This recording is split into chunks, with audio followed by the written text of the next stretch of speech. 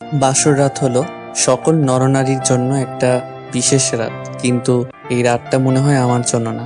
রাতুল আমাকে এক প্রকার ধাক্কা দিয়ে ঘরে ঢুকিয়ে দিল। আমি রুমে গিয়ে দেখি মৌ বিয়ের সাজে বসে আছে। মনে মনে ভাবছি মৌ হয়তো বিছানা থেকে নেমে এসে আমাকে সালাম করবে, কিন্তু হলো ঠিক তার উল্টো। মৌ বলল, এই শোন, এই বিয়ে তো আর সিরিয়াস ভাবে করিনি, তাহলে এত ভালো করে বাসর সাজানোর কি দরকার ছিল? মৌয়ের কথায় আমার তো মনটা ভেঙে চুরমার হয়ে গেল।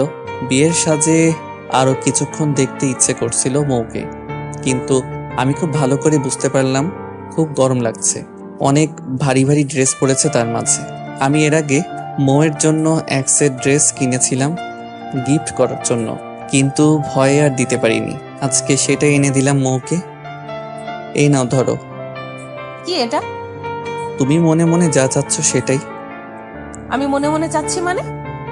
খুলেই দেখো। মৌ প্যাকেট খুলে বলল, ধন্যবাদ তোমাকে, খুব গরম লাগছে এই ড্রেসে। থাকো তুমি রুমে, আমি ফ্রেশ হয়ে কাপড় চেঞ্জ করে আসি। আচ্ছা যাও। মৌ ফ্রেশ হয়ে আসলো। কিরকম যেন লাগছে আমার নিজের বাসায়, নিজের ঘরে মৌকে দেখে খুব লোভ হচ্ছে। মৌ ফ্রেশ হয়ে এসে বলল, আচ্ছা ঘুমিয়ে পড়ো। আমি যখন বিছানায় উঠতে যাচ্ছিলাম তখন মৌ বলল, এই এখানে কেন, সোফায় গিয়ে ঘুমাও।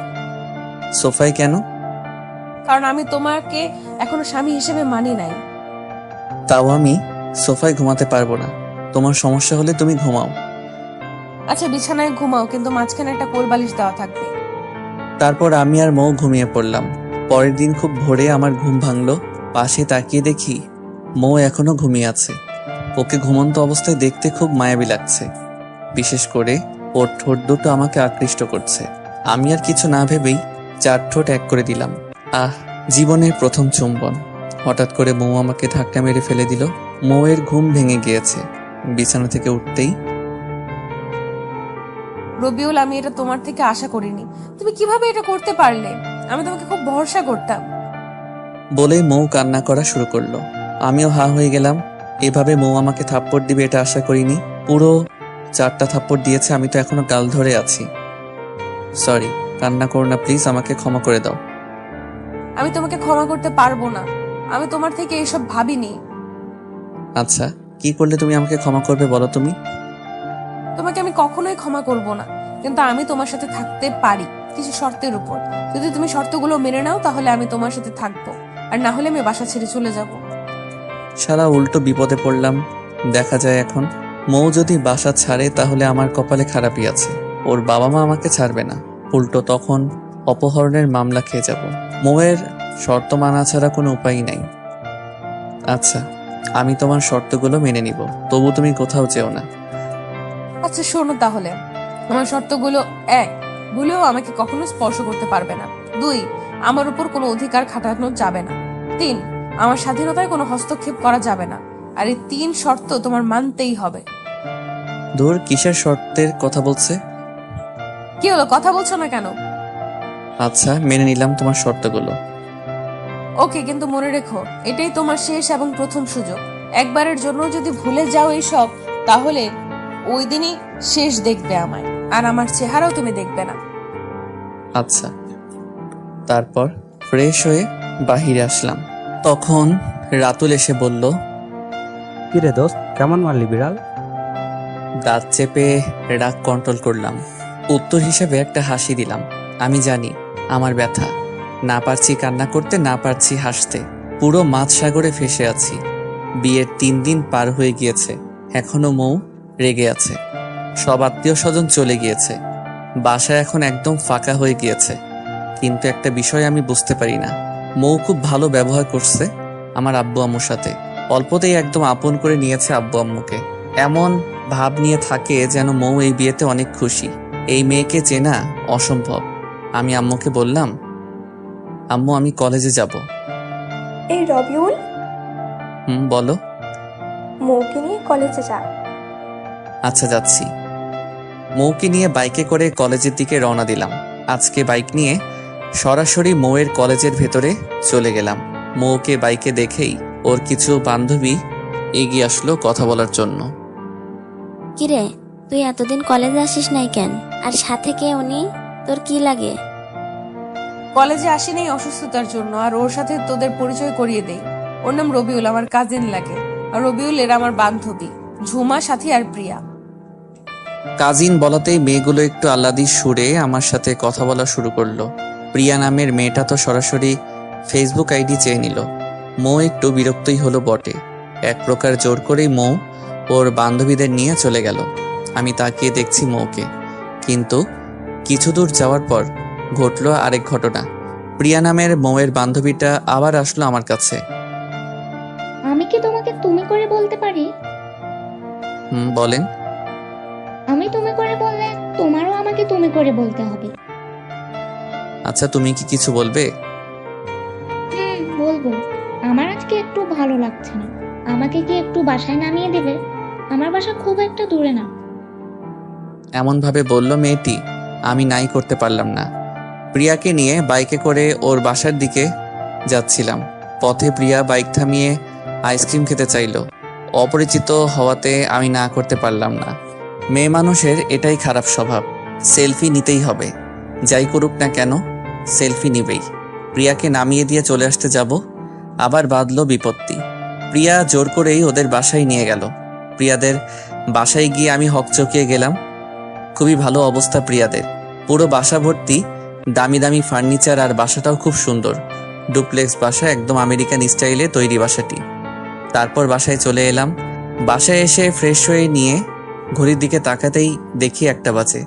মৌকে আনতে যাব 3টার দিকে, কিন্তু 1টার দিকে মৌ চলে আসছে।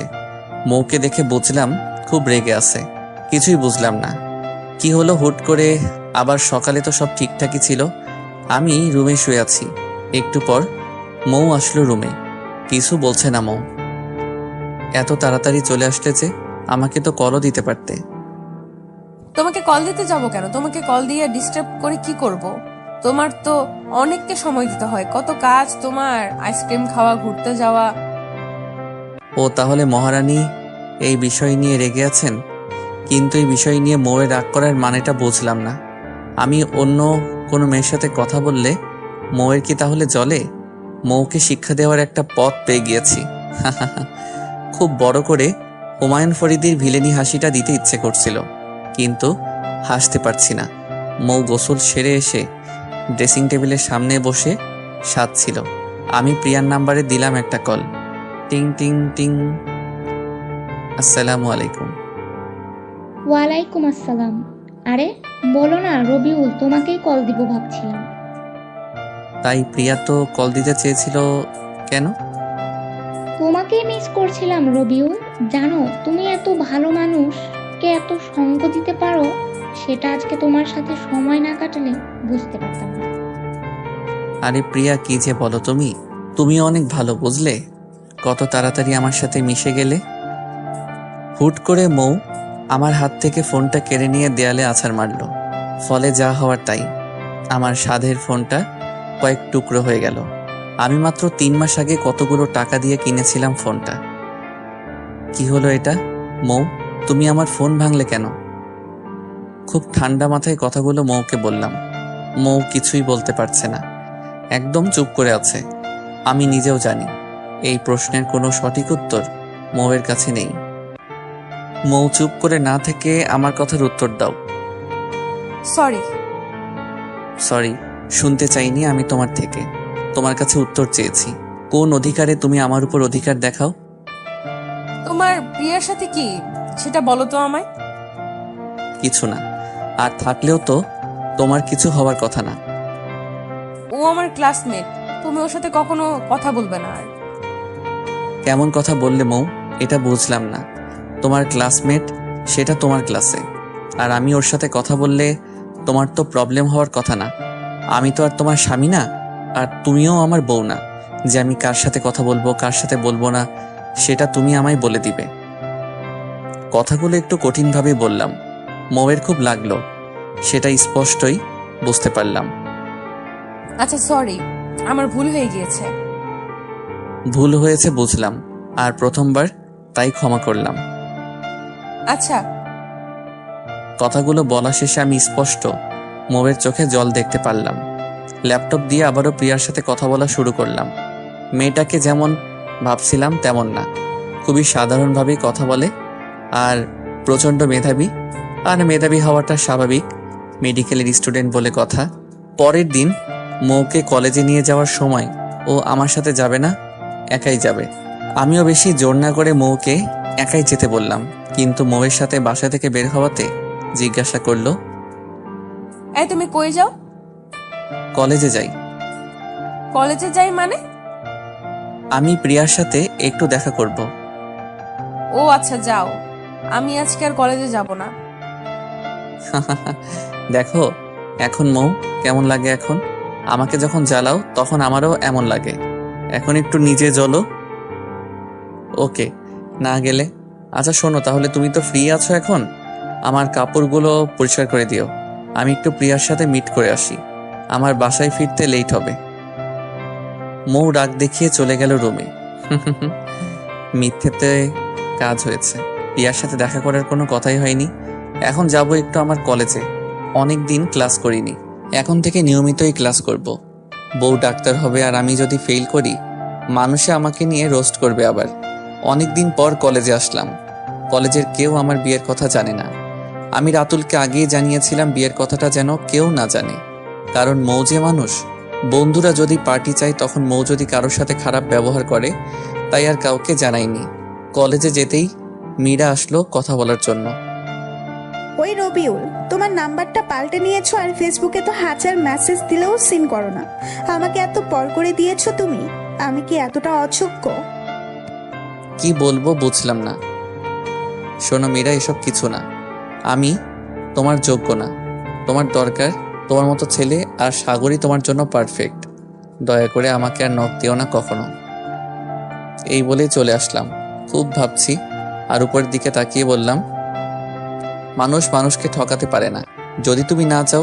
হে দয়াময়, সত্যি সৃষ্টিকর্তা আমাদের জন্য আমাদের মতো করেই সব দিয়েছেন, কিন্তু অনেক সময় আমরা ভুল করে ভুল স্থানে কিছু সময় নষ্ট করে ফেলি, কারণ ভালো কিছু তখন আমাদের জন্য অপেক্ষা করছে। তারপর ক্লাস শেষ করে বাসায় চলে আসলাম। বাসায় এসে খেলাম একটা ঝটকা। আমার কোনো কাপড়ই নেই রুমে, গোসলে যাব আমি। কি হলো কিছুই তো বুঝলাম না। সবই তো ঠিক আছে, শুধু নেই আমার কাপড়গুলো। মৌ রুমে নেই। মৌকে খুঁজতে খুঁজতে চলে গেলাম ছাদে। যা দেখলাম তা মোটেও আশা করিনি। সবগুলো কাপড় পরিষ্কার করে দিয়েছে। কেমনে কি কিছুই তো বুঝছি না। মৌ কেন আমার কাপড় পরিষ্কার করেছে? ও নিজেই তো নিজের কাপড় কখনো পরিষ্কার করেনি মনে হয়। আমি বললাম, তুমি কেন এত কাপড় পরিষ্কার করতে গেলে? আমি তো তখন সিরিয়াস বলিনি। আচ্ছা এরপর আর কখনো আমার কাপড় পরিষ্কার করো না। মৌ কিছুই বলল না। আচ্ছা এখন নিচে চলো, ছাদে খুব রোদ, দুপুরে তো খাবারও খাও নাই, চলো নিচে গিয়ে খাওয়া দাওয়া করে নিই। একসাথে খাওয়া দাওয়া শেষ করে নিলাম। মৌ অনেকক্ষণ থেকে চুপ করেছিল, তারপর বলল, তো প্রিয়ার সাথে কেমন ঘুরলে? মৌ তাহলে এই কারণে চুপ করেছিল? আমিও বলে দিলাম, ভালোই। প্রিয়া খুবই মিশুক আর ভালো মেয়ে, তাই না? আমি কেমনে বলবো? তুমিই তো ঘুরছো, সেটা তুমিই ভালো জানো। আরে এমন করে রেগে যাচ্ছ কেন তুমি? তোমার কাছের বান্ধবী, তাই তোমার কাছে জানতে চেয়েছি, তার জন্য এভাবে রিয়াক্ট করার কি আছে? রাগ দেখিয়ে চলে গেল মৌ নিচে। আমিও মৌয়ের পিছু পিছু নিচে চলে আসলাম। যাক, ওষুধে কাজ হচ্ছে। মৌ খুব জেলাস ফিল করছে, কিন্তু কেন জেলাস ফিল করে ঠিক বুঝতে পারলাম না। ও কি আমাকে ভালোবাসে নাকি? খুব ভালোই চলছিল দিনগুলো। মৌয়ের সামনে সবসময় প্রিয়া প্রিয়া করি, আর মৌ সবসময় তেলে বেগুনে জ্বলে ওঠে। 3 মাস হয়ে গিয়েছে আমাদের বিয়ের। হুট করে একদিন মৌ এসে আমাকে 2টো টিকিট দিল। আমি তো কিছুই বুঝলাম না। এটা তো কক্সবাজারের টিকিট। মৌয়ের সাথে সম্পর্কটা আগের চেয়ে ভালো। আর যাই হোক, মৌ এখন আর রাগ করে না আমার উপর, অনেক ভালো ব্যবহার করে এখন মৌ। আমি জানি না ঠিক কি কারণে এত ভালো হয়ে গেল। আর একটা কথা, মৌ এখন আর আমার নাম ধরে ডাকে না, ডাকলেই খুব কম। অনেক সময় ভুল করে বলে ফেলে। ওই ওই বলে বেশি ডাকে। খুব ভালো লাগে মৌয়ের যখন ওই এই বলে আমায় ডাকে। এই শোন, হাপু দিয়ে গিয়েছে এই টিকিটগুলো, আমাদের হানিমুনের ব্যবস্থা করেছেন কক্সবাজারে। আমি এসবের কিছুই জানি না। আমার থেকে না শুনেই সরাসরি টিকিট দিয়ে চলে গেল। এই তুমি বলো, যাবে কি ওখানে, নাকি তোমার প্রিয়াকে ছাড়া কোথাও যেতে পারবে না? আর আমি তো তোমার কেউ না। তো আমায় নিয়ে যাবেই বা কেন আর? মেয়েটা আসলে এক লাইন বেশি বোঝে। নিজেই প্রশ্ন করছে আর নিজেই উত্তর দিচ্ছে নিজের মতো করে। টিকিট যেহেতু কালকের তারিখে কাটা, তাই কালই যাচ্ছি আমরা। তুমি তোমার ব্যাগ গুছিয়ে রেখো, রাতেই সকাল 6টায় বিমানের ফ্লাইট। আব্বু আম্মুর থেকে বিদায় নিয়ে আমরা বাসা থেকে বের হলাম। ঘড়ির দিকে তাকিয়ে দেখি 4:30 বাজে। বাহিরে অনেক কুয়াশা পড়েছে। আমি মৌ হাঁটছি। বাসা থেকে 1 কিলোমিটার হাঁটতে হবে আমাদের। এত সকালে রিক্সা পাওয়া যাবে না রাস্তায়। খুব ভালো লাগছে মৌকে নিয়ে হাঁটতে। খুব ইচ্ছে করছে মৌয়ের হাতটা ধরে হাঁটতে, কিন্তু আমি জানি এটা মৌ যদি শুধু জানতে পারে যে আমি এসব ভাবছি, তাহলে এখনই বাসায় চলে যেতে পারে। আমার অবশ্য খুব ভালোই লাগছিল, মৌকে নিয়ে ট্যুরে যেতে পারছি। 1 ঘন্টার মধ্যেই আমরা পৌঁছে গেলাম। আব্বু সব বুক করে রেখেছিল আগেই আমাদের, তাই আর কোনো ঝামেলা হলো না। হোটেলটা খুবই গোছানো, আব্বুর পছন্দ আছে বলা চলে। ফ্রেশ হয়ে কিছুক্ষণ রেস্ট নিলাম, তারপর মৌকে নিয়ে সমুদ্র পাড়ে চলে গেলাম। মৌ তো সমুদ্র দেখেই দৌড়ে চলে গেল, নেমে পড়ল সমুদ্রে। আমি অবশ্য খুব পছন্দ করি না বাহিরে গোসল করতে। আমি শুধু আমার পা নামিয়েছি সমুদ্রের পানিতে। মৌ বেশ দূরে চলে গিয়েছে। আমি তাকিয়ে তাকিয়ে মৌয়ের লাফালাফি দেখছিলাম। হুট করে মৌ ডুব দিল। 30 সেকেন্ড পার হওয়ার পরও মৌ উঠল না। আমি তো ভয় পেয়ে গেলাম, কেমন যেন আত্মাটা কেঁপে উঠল। সাথে সাথে মৌ মাথা তুলল, আমার দিকে তাকিয়ে দিল হাসি। আমার সাথে ফাইজলামি করার কি হলো? এরকম সেন্সিটিভ বিষয়ে আবারও ডুব দিল, কিন্তু 1 মিনিটের কাছাকাছি হয়ে গেল, তবু উঠল না। আমি তো পাগলের মতো করে লাফিয়ে গিয়ে দেখি ঢেউয়ের সাথে মৌ অনেক দূর চলে গিয়েছে। তার মানে মৌ সাঁতার পারে না। আমি তাড়াতাড়ি করে সাঁতরে গিয়ে মৌকে পাড়ে নিয়ে আসলাম। অল্প পানিও খেয়েছে। আমি তো প্রায় কান্না করে দিছি। আমার কান্না করা দেখে মৌ আবারও জোরে হেসে দিল। আমার রাগ কন্ট্রোল করতে পারলাম না, কষিয়ে একটা দিলাম মৌয়ের গালে। সব বিষয়ে মজা করতে হবে তোমার। আজ যদি কিছু একটা হয়ে যেত তোমার, আমি বাসায় কি বলতাম? মৌ কিছু না বলে দৌড়ে হোটেলে চলে গেল। আল্লাহ তোমাকে অনেক ধন্যবাদ। মৌয়ের কিছু হয়ে গেলে কি নিয়ে থাকতাম। আমিও হোটেলে চলে আসলাম। দুজনেই ফ্রেশ হয়ে নিলাম। মৌ চুপ করে আছে, আমিও কিছু বলছি না। আমার এখনো রাগ কমে নাই মৌয়ের প্রতি। নিজে যা ভাববে তাই ঠিক, কারো কোনো সিদ্ধান্তের কোনো মূল্য নেই। মৌ নীরবতা ভাঙল। ধন্যবাদ। আজকে তুমি না থাকলে হয়তো আমি মরেই যেতাম। 2বার তুমি আমার লাইফে অনেক বড় ক্ষতি থেকে রক্ষা করলে। আচ্ছা আচ্ছা, আমি আমার দিক থেকে শুধু কর্তব্য পালন করছি। আচ্ছা ঠিক আছে। জানো রবিউল, আমার লাইফে কেউ আমার শরীরে হাত তোলে নাই। আর থাপ্পড় দিয়েছো সেটা না হয় ঠিক আছে, তাই বলে এত জোরে দিতে হবে? অনেক ব্যথা পেয়েছি। সরি বলতেই চোখে পানি এসে গেল। হাই বোকা, তুমি কান্না করছো কেন? পাগল ছেলে, চোখের জল মুছে নাও। সত্যি বলতে মৌকে প্রচন্ড রকমের ভালোবাসি, নিজের থেকেও খানিকটা বেশি। মৌ আমার আধারে ডুবন্ত ক্যারিয়ারটাকে আলোর দিকে এনেছে। আমাকে আমার থেকেও বেশি বোঝে মেয়েটা। আজ 2 মিনিট দেরি হলেই চিরতরে হারিয়ে ফেলতাম আমার ডক্টর আপুকে। ছি, আমার ডক্টর ওটাকে জ্যোৎস্নায় আকাশটা ছেয়ে গিয়েছে। মৌকে নিয়ে খুব সমুদ্র পাড়ে যেতে ইচ্ছে করছে। আমার অনেক স্বপ্ন ছিল আমার প্রিয় মানুষটার সাথে সমুদ্র পাড়ে বসে রাত পার করে গল্প করা। তখন মৌ বলল, এই চলো না আমরা বাহিরে যাই। বাহিরে যাবে কেন তুমি? দেখো কত সুন্দর জ্যোৎস্না। এতগুলো টাকা খরচ করে আসলাম আমরা, এখন কি রুমে বসেই পার করে দিব সময়গুলো? মৌয়ের কথা বলার ধরনে আমি তো অবাক হলাম। আমি যা বলতে চাইছি সেটা মৌ বলছে, এ তো মেঘনা চাইতেই বৃষ্টি। আমি খুশি হলাম, কিন্তু এটা মৌকে বুঝতে দিলাম না। মৌকে নিয়ে বাহিরে গেলাম। চাঁদ আর জ্যোৎস্নার আলো সমুদ্রের বালু আর পানির উপর পড়ে এমন একটা দৃশ্য, সেটা কখনো বলে বোঝানো সম্ভব না। দেখছো কি সুন্দর বাহিরের পরিবেশ। আমি আর মৌ একটা স্থানে বসে বসে গল্প করছিলাম। মৌ ওর ছোটবেলার কাহিনী বলল। মৌ এত কথা বলতে পারে তা আগে জানতাম না। ও বলেই যাচ্ছে, আমি খালি শুনে যাচ্ছি। এই আমিই তো শুধু বলছি, তুমি কিছু বলো এখন। আমি আর কি বলবো বলো? তুমি বলছো এটাই ভালো, কি বলবো মানে? তুমি তো কবিতা পারো, রাতুল আমায় বলেছে। আমায় একটা কবিতা শোনাও না, আবৃত্তি করে তোমার নিজের লেখা। কি আর করবো, ইচ্ছে না থাকা সত্ত্বেও আমার লেখা একটা কবিতার মতো কিছু একটা শোনানোর চেষ্টা করলাম মৌকে। আমি হারিয়ে যেতে চাই আমার আমিটার মাঝে, চাই না কেউ খুঁজুক আমায়, তাহার সকাল সন্ধ্যায় বদলাতে চাই আমি, করবো না আর পাগলামি, নিজের মাঝেই নিজেকে ফেলেছি আমি হারিয়ে, তুমি না হয় দিও তাড়িয়ে, থাকবো না আর কাহারও পথ চেয়ে দাঁড়িয়ে, নিজের ভিতর দিয়েছি ডুব, চাই না কেউ আর খুঁজুক, কষ্ট করে আমায় বুঝুক, দিব না আর কাউকে সুযোগ, একলা হয়ে যাব হাওয়ার সাথে বন্ধুত্ব করে নিব, বিষণ্ণ রাতে চাঁদের সাথে না হয় করব খুনসুটি, কবিতা লিখতে পারি না তাও চেষ্টা করলাম। কেমন হলো বলো? এ কি, মৌ তো দেখি ঘুমিয়ে গিয়েছে, খুব মায়াবী লাগছে। মৌ আমার কাঁধে মাথা রেখে ঘুমিয়ে গিয়েছে। আমার কেন যেন ডাকতে ইচ্ছে করছিল না। আমি মনে মনে ভাবছিলাম মৌয়ের ঘুম না ভাঙা অবধি ডাক দিব না। অন্যদিকে একভাবে বসে থাকার জন্য আমার পা ব্যথা করছিল। সারাটা রাত মৌয়ের ঘুম আর ভাঙল না। সকালবেলা পাখির ডাকে মৌ চোখ খুলল। মৌ তো চমকে উঠল। আমি এখানে কেন? মৌয়ের কথায় আমি হাসবো নাকি কাঁদবো বুঝলাম না। সারাটা রাত তুমি এখানেই ছিলে বুঝলে। এত ঘুম একটু নড়াচড়া করো না তুমি।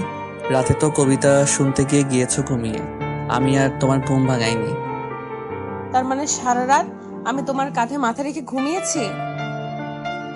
ডক্টর মৌ আমার কথা শুনে একটু লজ্জাই পেল। সারা রাত তুমি তো ঘুমাওনি, তাহলে চোখ ফুলে গিয়েছে তোমার। আমারে ডাক দিলেই পারতে। আমার ডাক দিতে ইচ্ছে করলো না, তাই ডাক দেইনি।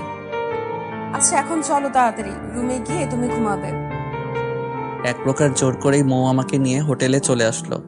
সারাটা রাত ঘুমাইনি, খুব ঘুম পেয়েছে। হালকা কিছু খাবার খেয়ে ঘুমাতে চলে গেলাম বিছানায়। মৌয়ের ডাকে ঘুম ভাঙলো। এই আর কতক্ষণ ঘুমাবে তুমি?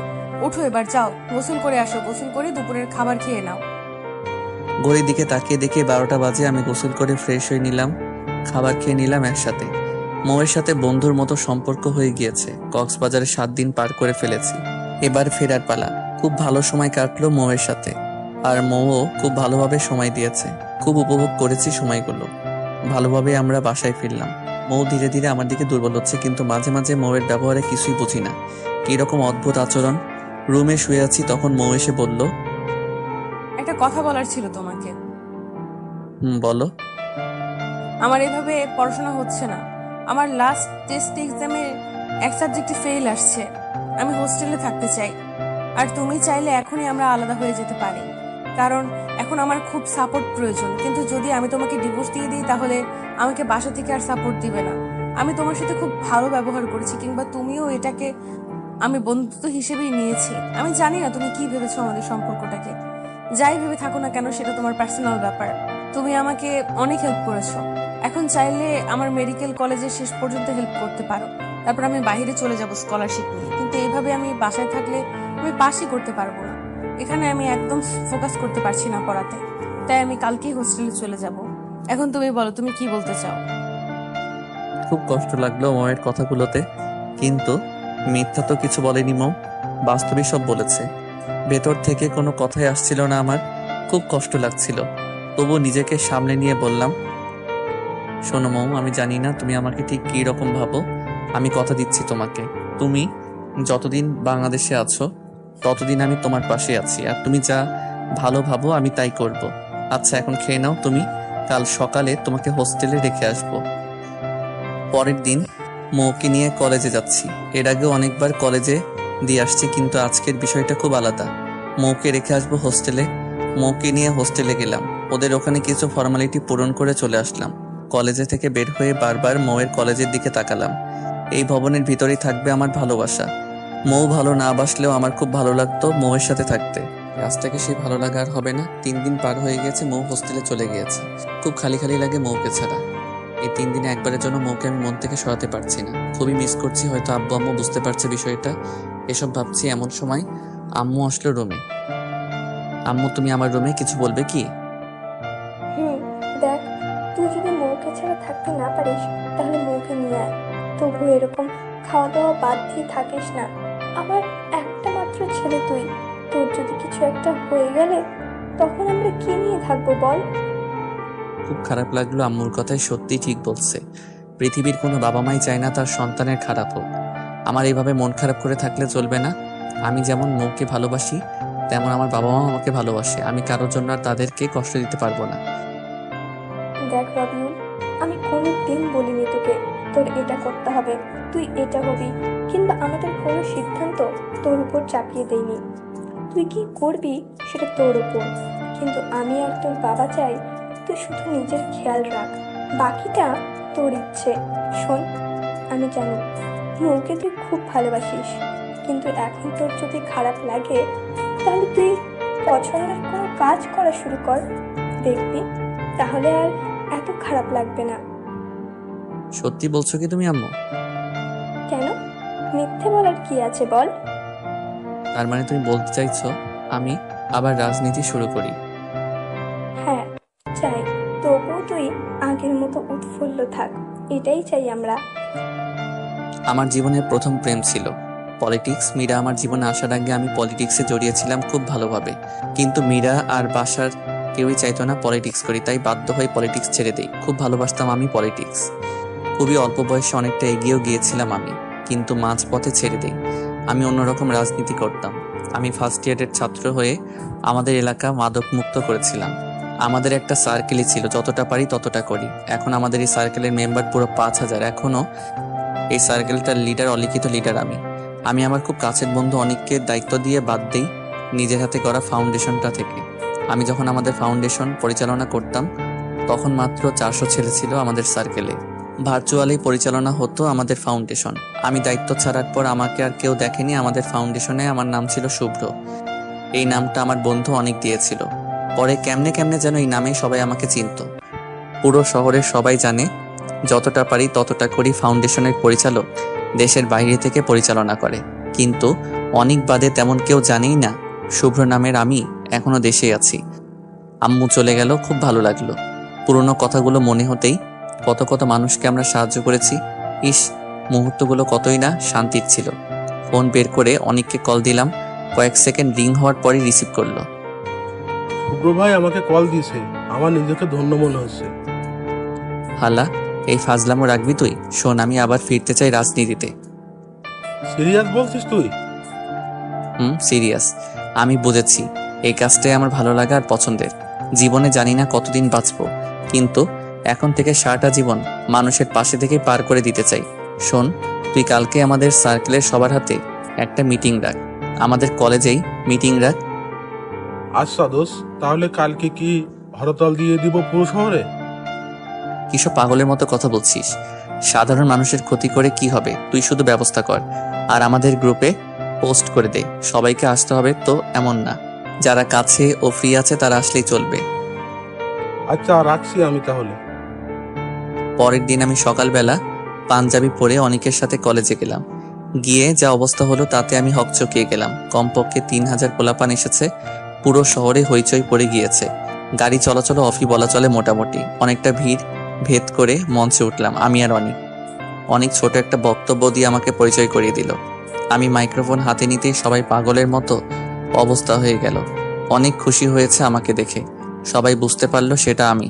নিজের অজান্তেই চোখের জল এসে পড়ল।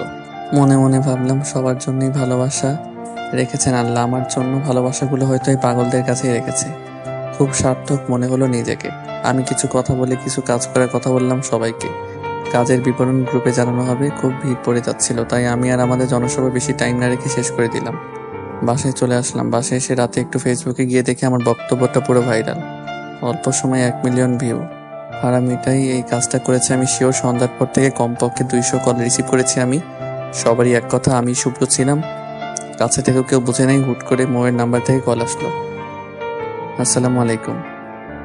ওয়ালাইকুম সালাম। তুমি শুভ্র? একটাবার বলতে তো পারতে। আচ্ছা বলনি, ঠিক আছে। সত্যি তোমার এই ফাউন্ডেশন খুব ভালো। আমি নিজেও এই ফাউন্ডেশনের মেম্বার। আজ গিয়েও ছিলাম সভায়। মানুষের ভিড়ে হয়তো দেখতে পারোনি। তোমার মতো মানুষের সাথে বন্ধুত্ব হয়ে আমি সত্যিই সার্থক। ভালো থেকো আর সাবধানে নিজের খেয়াল রেখো। আমিও তেমন কিছু না বলে রেখে দিলাম। মৌ চলে গিয়েছে। আজ 2 মাস পুরো হলো। খুব স্বাভাবিক হয়ে গিয়েছে আমি। এখন খুব একটা মনে হয় না মৌয়ের কথা। ঠিক মনে হয় না বললে ভুল হবে। মনে হলেও আগের মতো এখন আর খারাপ লাগে না। সত্যি বলতে এই পৃথিবীতে সবারই নির্দিষ্ট জায়গা আছে, যেখানে প্রত্যেক মানুষই ভালো, সেই জায়গাটাই। এখন এটাই মেনে নিয়েছি আমি। মৌয়ের হৃদয়টা আমার জন্য আসল জায়গা না, আমার জন্য এই রাজনীতি ভালো। বাসায় বসে বসে আমার পোষা বেড়ালটার সাথে কথা বলছিলাম, এমন সময় ভূত দেখার মতো চমকে গেলাম। মৌ ব্যাগপত্র নিয়ে দাঁড়িয়ে আছে। এ কি, তুমি এভাবে এখানে কেন? মানে কি বলছো তুমি? আমার সেমিস্টার শেষ, 15 দিন কলেজ অফ এবং হোস্টেলও অফ থাকবে। তা আমি এখানে না থেকে কি কোথায় যাব? ও আচ্ছা, যাও ফ্রেশ হয়ে নাও। মৌ একটু শুকিয়ে গিয়েছে, হয়তোবা হোস্টেলের খাবার ঠিকভাবে খেতে পারে না। আমার বিষয়টা নিয়ে খুব একটা খারাপ লাগলো না, কারণ এই পৃথিবীতে অনেকেই আছে যারা দুবেলায় যে খাবার খায়, আর আমরা সেই খাবারগুলো নষ্ট করছি নিয়মিত। হুট করে ফোনে কল আসলো রাতুলের। হ্যালো দোস্ত, আমার বাসা, আমি তো শেষ। আরে কি হয়েছে বলবি তো? আমার খুব বিপদ, তুই একটু তাড়াতাড়ি করে পুরান বিল্ডিংয়ে চলে আয়। বলেই কল কেটে দিল। কেমনটা লাগে? পুরো কথা না বলেই কল কেটে দিয়েছে। বাইকটা বের করে চলে গেলাম রাতুলের বলা স্থানে। গিয়ে দেখি তেমন কিছুই না, কেউ নেই। হুট করে দেখি রাতুলকে একটা চেয়ারে বসিয়ে রাখা হয়েছে, কিন্তু রাতুলকে রশি দিয়ে বাঁধা রয়েছে। কেমন যেন রহস্য রহস্য মনে হচ্ছিল, কিছুই বুঝতে পারলাম না। হুট করে কে যেন আমাকে পেছন থেকে একটা কাপড় দিয়ে মুখ চেপে ধরলো। আমার চোখ কেমন যেন বন্ধ হয়ে আসছে, শত চেষ্টা করেও চোখ খুলতে পারছি না। মনে হচ্ছে শত বছরের ঘুম আমার চোখে ভর করেছে। চোখ খোলার পর নিজেকে একটা বদ্ধ করে আবিষ্কার করলাম। কিছুক্ষণ ডাকাডাকি করেও কারো সারা শব্দ পেলাম না, কোনো কিছুই বুঝতে পারছিলাম না কে হতে পারে এসবের পেছনে।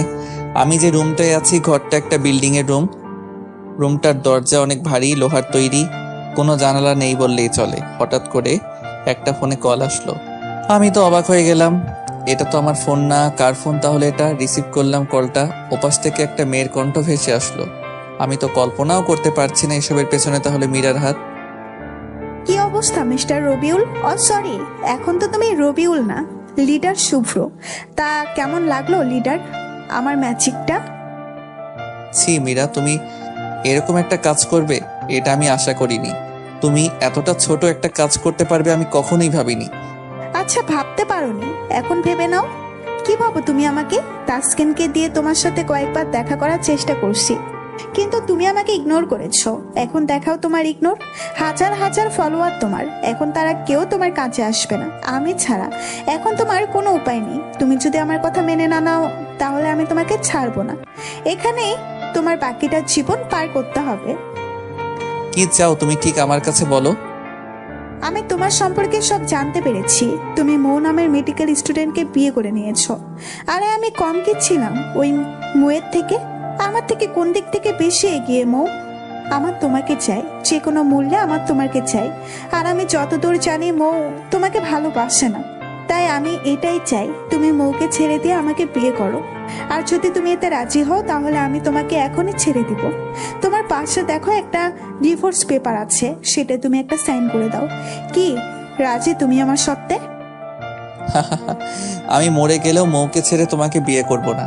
আমি তোমাকে বেঈমান ভেবেছিলাম, এখন আমি খুব ভালো করে বুঝতে পারছি তুমি একজন অসুস্থ মানুষ। তোমার বিবেক বুদ্ধিও নষ্ট হয়ে গিয়েছে। আমাকে ছেড়ে দাও তুমি, আমি তোমাকে ক্ষমা করে দিব, আর নিজের চিকিৎসা করাও। তোমার থেকে রবিউল আমি এত কথা শুনতে চাইনি। তুমি কি আমার সত্ত্বে রাজি? হ্যাঁ না সোজা বলো। না না না, যতদিন আমার দেহে প্রাণ থাকবে ততদিন আমার উত্তর না থাকবে। বলার সাথে সাথে মীরা কলটা কেটে দিল। খুব ক্ষুধা লাগছে, এখানে আটকা পড়ে আছে, একদিন পার হয়ে গিয়েছে।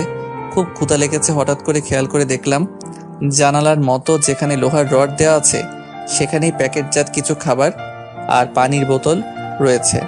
মীরার দেওয়া খাবার খেতে রুচিতে পাচ্ছিল, তবু ক্ষুধার জ্বালায় অল্প কিছু খাবার খেয়ে নিলাম। মীরার দেওয়া যে ফোন ছিল সেখান থেকে কাউকে কল দেওয়া যায় না। ফোন বললেও ভুল হবে, এটা একটা ওয়াকি টকি, কোনোভাবে কোনো কিছু করতে পারছি না। 7 দিন পার হয়ে গিয়েছে, এখানে আটকে আছি।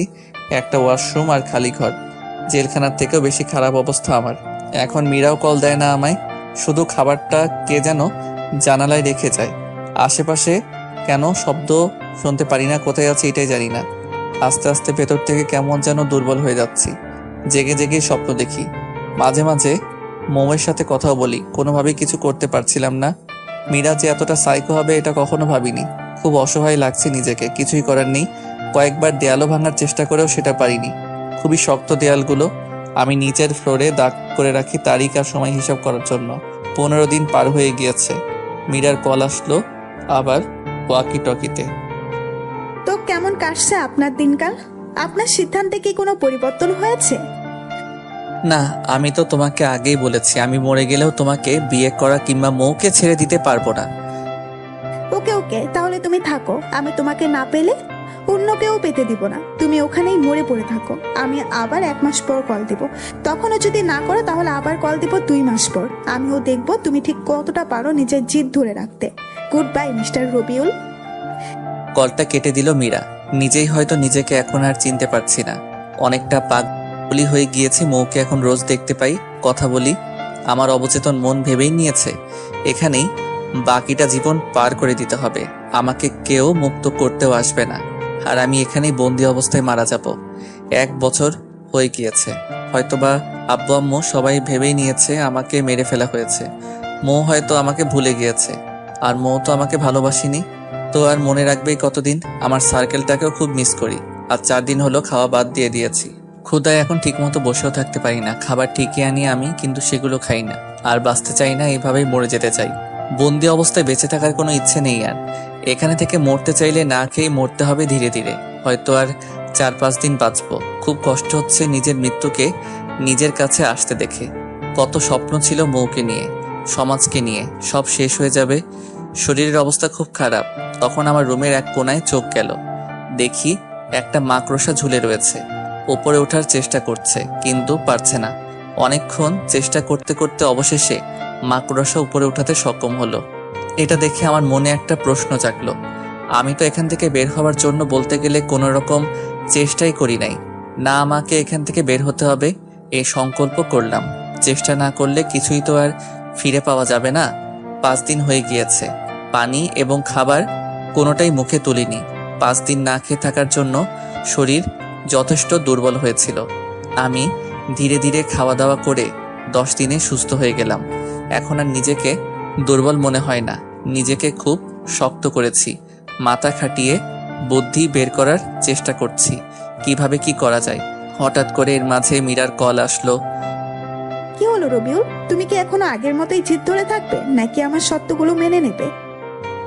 মীরা, আমি তোমাকে আগেই বলেছিলাম। আমি এক কথা একবারই বলেছি, আমি মরে যাব তবু তোমার শর্ত মেনে নিব না। যদি পারো তাহলে আমার জন্য নুডলস পাঠিয়ে দিও। খুব নুডলস খেতে ইচ্ছে হয়েছে। যাক, বছর পার হওয়ার পর তুমি কিছু আমার কাছে চাইলে ওকে পাঠিয়ে দিব। বলেই কলটা কেটে দিল। রাতের খাবারে জানালায় আমি একটা প্যাকেট দেখতে পেলাম। আমি তাড়াতাড়ি করে প্যাকেট এনে খুললাম। যা ভেবেছিলাম তাই। খুশিতে আমার মনটা ভরে গেল।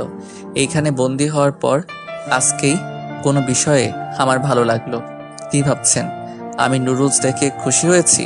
আরে না, আমি ভেবেছিলাম যদি কোনোভাবে নুডলস আনানো যায় খাওয়ার জন্য তাহলে 1 বা 2 কাটা চামিচ থাকতে পারে সাথে খাওয়ার জন্য। হলো তাই। মীরা আমার জন্য যে নুডলস পাঠিয়েছে সেখানে 2 চামিচও দিয়েছে খাওয়ার জন্য। আর এই চামিচ দুটি আমার কাজে দিবে। নুডলসকে চামিচ 2 নিয়ে ভাবছিলাম। পুরো ঘরটা চেক করলাম, কোনো কিছুই পেলাম না। যা ভেবেছিলাম তা সহজেই হবে না। আমি ফ্লোর থেকে খনন করার চেষ্টা করলাম। অনেক চেষ্টার পরও পারলাম না। অনেকক্ষণ ভেবে মাথা খাটালাম। ওয়াশরুমের দেয়াল সবসময় ভিজে থাকার জন্য স্যাঁতস্যাঁতে হয়ে গিয়েছে। তার জন্য অন্য সব দেয়ালের চেয়ে ওয়াশরুমের দেয়ালটা একটু নরম হওয়াটা স্বাভাবিক। আমার ভাবনাটাই ঠিক হলো। আমি ওয়াশরুমের দেয়ালে একটু সিমেন্ট খসাতে পারলাম 2 ঘন্টার চেষ্টায়। যদিও সেটা খুবই অল্প, তবুও খুব ভালো লাগলো। চামিচ দিয়ে খুবই সাবধানে আমি অল্প অল্প করে দেয়াল থেকে একটা ইট খোলার চেষ্টা করে যাচ্ছিলাম। 10 দিন পর আমি দেয়ালের একটা ইট খুলতে সক্ষম হলাম।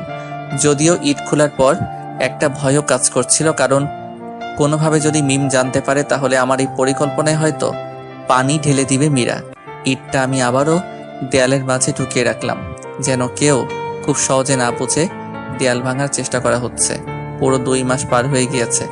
আজকের একটা ইট খুলতে পারলেই আমি দেয়াল দিয়ে বাইরে যেতে পারবো, কিন্তু ভেতর থেকে যতটা বুঝতে পারলাম এটা কোনো বাসার ভেতরের একটা ঘর, কিন্তু জায়গাটা আমি কোনোভাবে চিনতে পারছি না।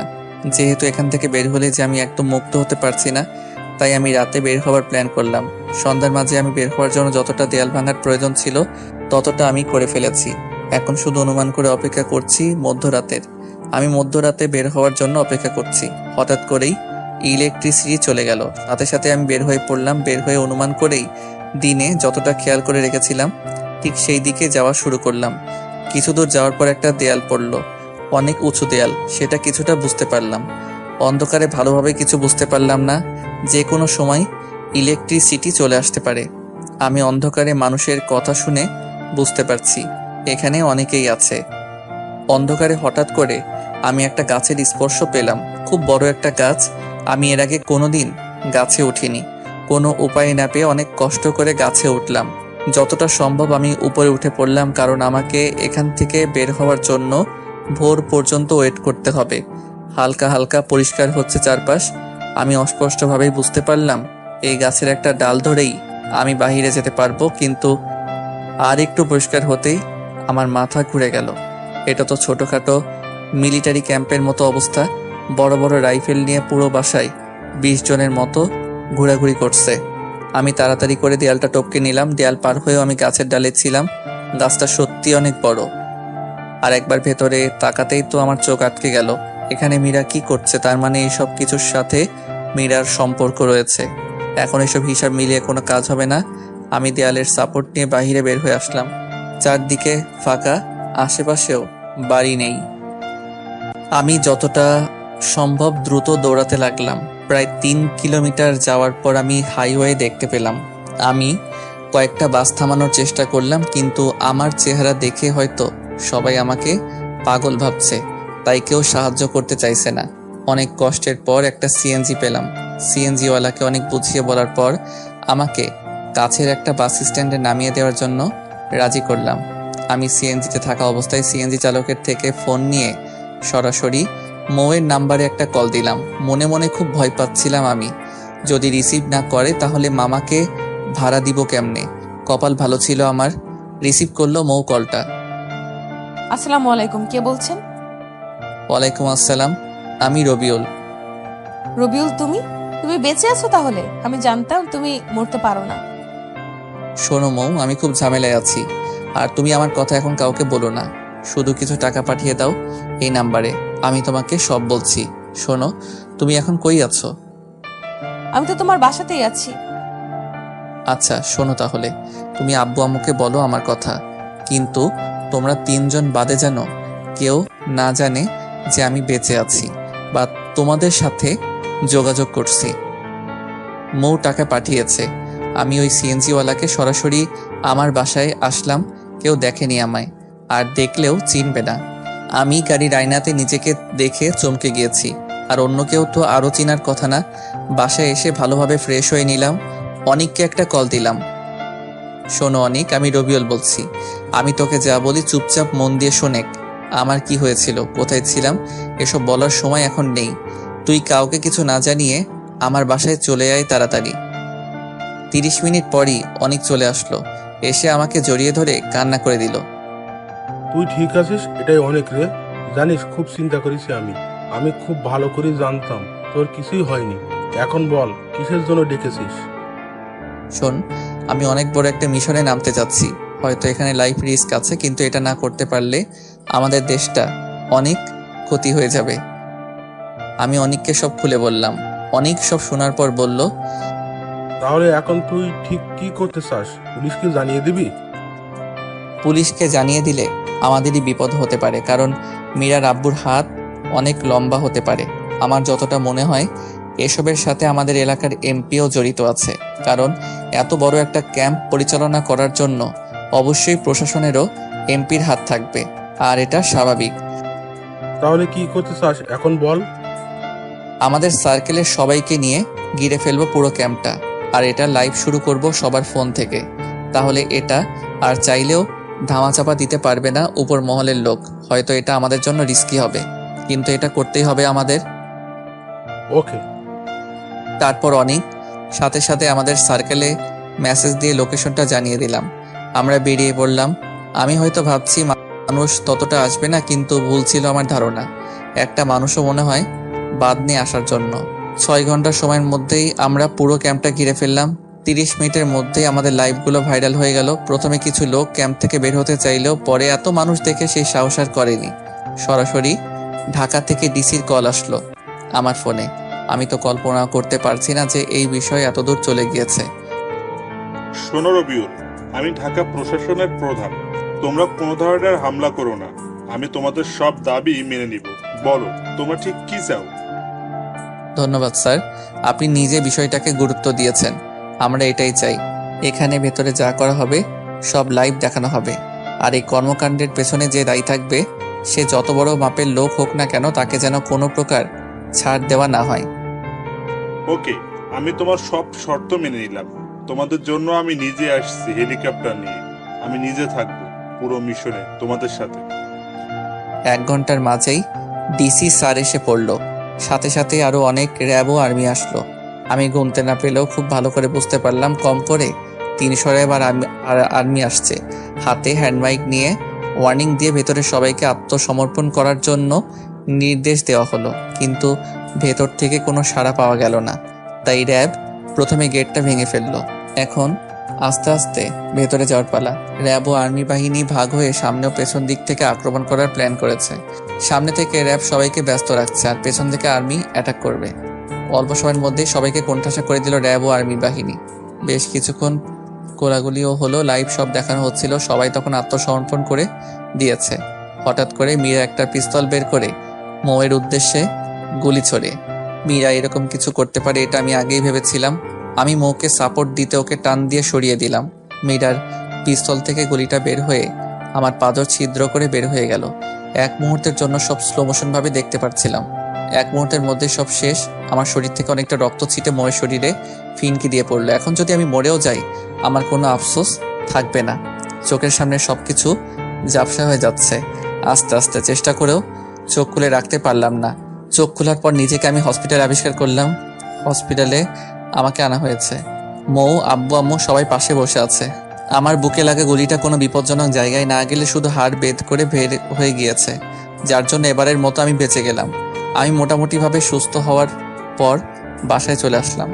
কিন্তু এর মাঝে আমি কয়েকবার কথা বলেছি মৌয়ের সাথে। মৌয়ের থেকে জানতে পারি আমাদের গ্রুপটাকে সরকার থেকে পুরস্কৃতও করা হবে। মীরার বাবা ও মীরা এই চক্রের মূল হোতা। সাথে আমাদের এমপিও জড়িত ছিল। সবাই এখন জেলে আছে। কর্মটাই এমন, কর্মের ফল না চাইলেও ভোগ করতে হয়। বিপুল পরিমাণ মাদক ও অস্ত্র জব্দ করা হয়েছে। সবকিছু স্বাভাবিক হয়ে গিয়েছে। এত কিছুর পরেও মৌয়ের আচরণ আগের মতোই আছে। আমিও কিছু বলিনি। আমি আমার মতো পলিটিক্স নিয়ে খুব ভালো আছি। আমি বাসায় আসার পর মৌ আবারও হোস্টেলে চলে গিয়েছে। আমিও কোনো কিছু মৌকে বলিনি। দেখতে দেখতে মৌয়ের মেডিকেল ক্যারিয়ারের আজকে শেষ দিন। মেডিকেল কলেজে অনুষ্ঠান হবে, হয়তোবা বড় ধরনের। মীরা ও ওর বাবাকে ধরিয়ে দেওয়ার পর থেকে আমার জনপ্রিয়তা আরও অনেক বেড়ে যায়। এখন অনেক বড় বড় লোকদের সাথে উঠা বসা। মৌয়ের কলেজের প্রিন্সিপাল নিজে আমাকে ইনভাইট করেছেন, কিন্তু মৌ যেখানে আমাকে কিছু জানায়নি, তাই আমিও যেতে চাই না। হুট করে আমার ফোনটা কেঁপে উঠল। ফোনের দিকে তাকিয়ে দেখি মৌ কল দিয়েছে। আসসালামু আলাইকুম। ওয়ালাইকুম আসসালাম। কেমন আছো রবিউল? আছি বেশ। তুমি তো ভালোই আছো? আমাদের কলেজে আজকে বিদায়ী সম্বর্ধনা, কলেজ জীবনের শেষ দিন। তুমি একটু আসবে কি? কেন জানি না করতে পারলাম না, রাজি হয়ে গেলাম নিজের অজান্তেই। মৌ আজকে একটা নর্মাল ড্রেস পরেছে, খুবই ভালো লাগছে ওকে। পুরো কলেজ থেকে সেরা 3 জনের নাম ঘোষণা করা হলো। মৌ প্রথম হয়েছে, হওয়াটাই স্বাভাবিক। মৌ নিজের পড়াশোনার জন্য সব করতে পারে, আর সেটার ফল মৌ আজকে পেল। একজন সফল ডাক্তারের জীবনই এরকম হওয়াটাই স্বাভাবিক। মৌকে একটা স্মারক ও একটা গোল্ড মেডেল দেওয়া হলো পুরস্কার হিসেবে। সাথে কিছু বলার জন্য মাইক্রোফোনটা মৌকে দেওয়া হলো। মৌ মাইক্রোফোনটা হাতে নিয়ে বলা শুরু করলো। উপস্থিত স্যার, অনুষ্ঠানের অতিথিবৃন্দ, আমার সহপাঠী ও স্নেহের ছোট্ট ভাই ও বোনেরা, সবাইকে আমার পক্ষ থেকে আন্তরিক সালাম। আসসালামু আলাইকুম। আমি খুবই সাধারণ একজন মানুষ। সবার মতোই আমার সবকিছু আজকে আমার এই জায়গায় আসার জন্য আমাকে অনেক পরিশ্রম করতে হয়েছে, তাতে জাত চেপে সব সহ্য করে নিয়েছি। কিন্তু সবকিছুর উপরে আমার পাশে ছিল একজন মানুষ। ওই মানুষটা আমাকে এতটা সাপোর্ট দিয়েছে যে আমি সব বাধা জয় করতে পেরেছি এবং আমার সমস্ত কৃতিত্ব আমি তাকেই দিচ্ছি। সবাই তখন চিৎকার করে জিজ্ঞাসা করে জানতে চাচ্ছে সেই মানুষটা কে। হ্যাঁ, আজ আমি সব বলে দিব। চুপ করেন একটু। সবার মাঝেই নীরবতা, সবাই চুপ করে আছে শোনার জন্য। মানুষটা কে, যার জন্য একজন মেডিকেল ছাত্রী পুরো বাংলাদেশের ভেতর প্রথম হয়ে সেই কৃতিত্ব একজন মানুষকে দিচ্ছে। সেই মানুষটার কেউ নয়, আমার স্বামী। আমি অনেক পুরুষ দেখেছি জীবনে, কিন্তু আমার জীবনে আমার বাবার থেকেও আমি বেশি ভালোবাসা পেয়েছি। যার কাছে আমি সবচেয়ে বেশি নিরাপদ, সে আমার হাজবেন্ড। খুব বেশি ভালোবাসি। বলেই কান্না করে দিল মৌ। সবাই পরিচয় জানতে চাইছিল মৌয়ের থেকে। মৌ কান্না থামিয়ে আবার বলা শুরু করলো, সেই মানুষটা এই অনুষ্ঠানেই আছে। বলেই আঙ্গুলটা তুলে দিল আমার দিকে। আমাকে তো সবাই চিনে। নতুন করে মৌ আমাকে স্বামী হিসেবে পরিচয় করিয়ে দেওয়ার পর মানুষ পাগল হয়ে গেল যেন। আমি অনেক কষ্টে মঞ্চে গেলাম। মৌ তার গলা থেকে মেডেলটা নিয়ে আমাকে পরিয়ে দিয়েই জড়িয়ে ধরলো আমাকে। আমি তো লজ্জায় যেন মরে যাচ্ছিলাম। সবাই হাততালি দিয়ে শুভেচ্ছা জানাচ্ছিল। অনেক শব্দের মাঝেও মৌয়ের বলা ভালোবাসি রবিউল কথাটা আমি ঠিকই শুনতে পেলাম। মৌকে নিয়ে রিকশায় করে বাসায় ফিরছি। আমার হাতটা খুব শক্ত করে ধরে আছে মৌ, খুব শক্ত করে। আমি মনে মনেই বলে ফেললাম, অবশেষে সিনিয়র ডাক্তার আপু যখন বউ। এই যে বন্ধুরা, গল্প শেষ করে কমেন্ট না করে চলে যাচ্ছ, এটা কিন্তু ঠিক না। তাড়াতাড়ি কমেন্ট করো। আর যারা এখনো আমাদের চ্যানেলটি সাবস্ক্রাইব করো নাই, জলদি করে সাবস্ক্রাইব করে আমাদের চ্যানেলের একজন মেম্বার হয়ে যাও প্লিজ।